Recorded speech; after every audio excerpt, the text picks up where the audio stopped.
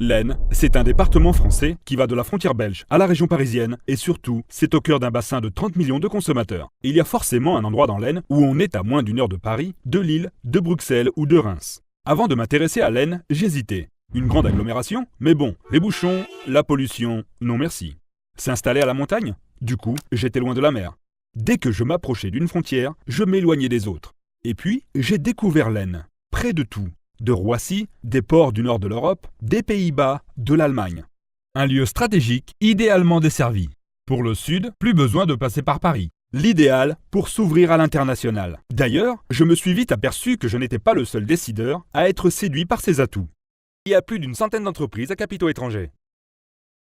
Ici, j'ai eu du choix et des propositions intéressantes. Des zones d'activité industrielle, commerciale ou artisanale sont disponibles et leur prix au mètre carré défie toute concurrence. On peut démarrer avec une surface moyenne tout en ayant la garantie de pouvoir s'agrandir. Moi, ce qui m'a décidé, c'est la générosité de l'Aisne. Les ressources sont abondantes. De l'eau, du sable, du bois. Les productions sont conséquentes. Betteraves, blé, oignons, pommes de terre. 2 AOC, le champagne et le maroilles.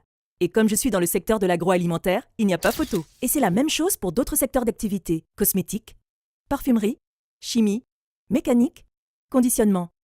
À cela s'ajoute une offre de services de proximité complète. Je comprends mieux pourquoi de grandes marques ont choisi de s'implanter ici. La générosité, c'est aussi l'accueil et l'accompagnement qui m'ont été proposés tout au long de mon projet. Les chambres consulaires et les collectivités travaillent main dans la main pour nous aider à réussir, trouver la meilleure implantation, optimiser les financements, simplifier les démarches.